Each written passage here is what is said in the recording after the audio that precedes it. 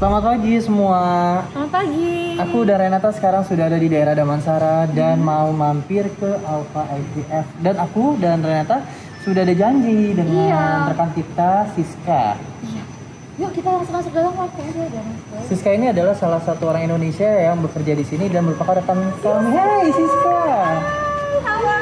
Ini dia. Ini Siska yang kita tunggu-tunggu. Ini orang Indonesia yang bekerja di Alpha IVF. Jadi kita sekalian reunian, sekalian pengen tahu tentang Alpha IVF di dalam. Silakan. Ini ya Siska ya. Sip dong. Ayo let's go.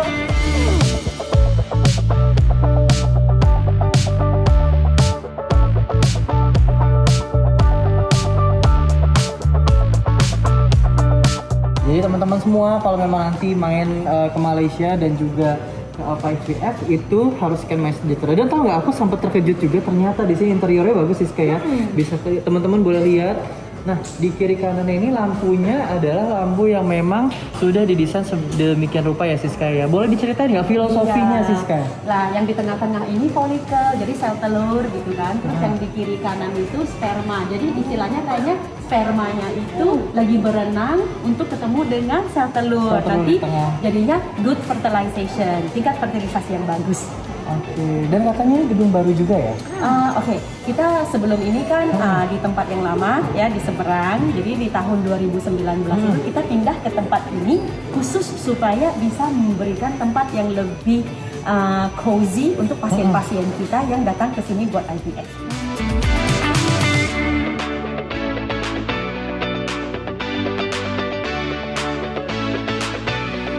Siska, Renata, nah aku nih di depan gambar. Siska boleh jelasin nggak sih ke aku dan Renata apa sih sebenarnya gambar ini belakang ini? Ya Ren, ini aku mau kenalin juga tim dokter kita yang di Alpha IVF. Nah kita dokter fertility ada berlima, salah satunya dokter Colin yang sudah tidak asing lagi untuk pasien-pasien dari Indonesia. Pasti udah banyak yang udah nanya ya. Terkenal. Terus kita juga ada International Scientific Board kita, yang mana yang 4 orang ini adalah tokoh-tokoh ataupun pelopor yang mempelopori treatment IVF di dunia.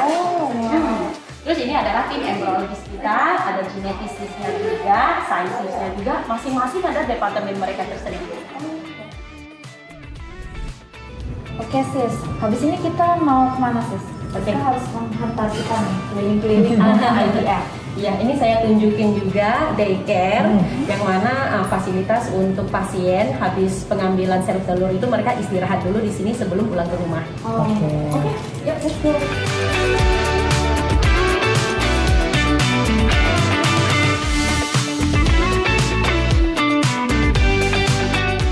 Siska, ini kita di ruangan apa? Remang-remang, ruangan seperti ini. Boleh jelasin gak ke aku dan Renata nih ruangan apa sih sebetulnya? Iya. So biasanya untuk pasien yang datang untuk program bayi tabung pasti kita mau cek dulu analisa sperma sang suami. Jadi sang suami itu harus ke sini untuk bikin masturbasi. Masturbasi. Enggak ya, Jadi ini ada ruangan khususnya. Edukasi nggak boleh di ini ya, karena ini edukasi kan pria harus dicek dulu spermanya. Dan ini tempat untuk pengambilan spermanya. Jadi dari situ baru nanti kita analisa dari pasangan tersebut apa masalahnya sehingga dari dokter bisa ditanganin. Apakah memang harus perlu IVF atau mungkin bisa minum obat aja. Tapi kalau ruangan masturbasi seperti ini harus sendiri atau istri boleh bantu nggak sih? Boleh-boleh aja. Kalau di luar kan kelihatannya tabu, tapi di sini oke. Totally fine. Edukasi ya. Boleh lihat ruangannya? Boleh, silakan. Ayo.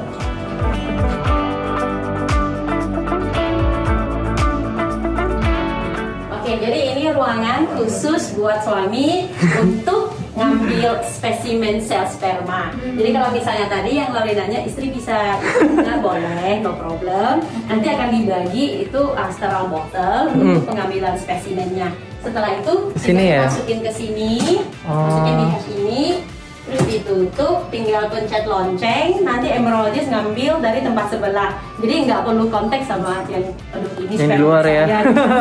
Kan Semua privasi, ya. aman, privasi juga terjaga di sini ya ruangan ini ya. Betul. Iya. Nah, ini adalah spesimen sel sperma. Jadi kalau misalnya tadi yang Loli nanya istri bisa ikutnya boleh, no problem. Nanti akan dibagi itu sterile bottle untuk pengambilan spesimennya. Setelah itu kita masukin ke sini, masukin di sini, terus ditutup, tinggal pencet lonceng. Nanti embryologis ngambil dari tempat sebelah. Jadi nggak perlu kontak sama yang ini Semua aman, privasi juga terjaga di sini ya ruangan ini ya. Jadi kan ini kamar untuk pasien. Kalau setelah mereka bikin pengambilan sel telur kan harus istirahat dulu. Jadi ini ada kamar khususnya, mereka istirahat di sini. Suami bisa nemenin. Ya. Setelah 2 jam istirahat sudah nggak merasa mules, nggak pening, mual, udah bisa pulang.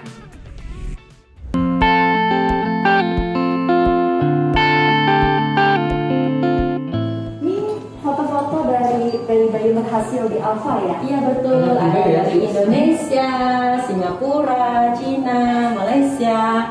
Terus iya betul, ini Datuk Sri Siti Nurhaliza. Terus ini Dr. Colin dengan anak Datuk Siti yang nomor 2 yang cowok baru lahir April kemarin. Anaknya dua-dua programnya di sini. Wow, keren guys. Siti Nurhaliza bikin program IVF di Alpha IVF. Pasti tahu kan Siti Nurhaliza? Ya. Betapa ku cinta padamu. Sakit perut gak sih? Bagus banget. Ini bisa ngamen ini. Bisa. Keren. Banyak baby yang berhasil di sini.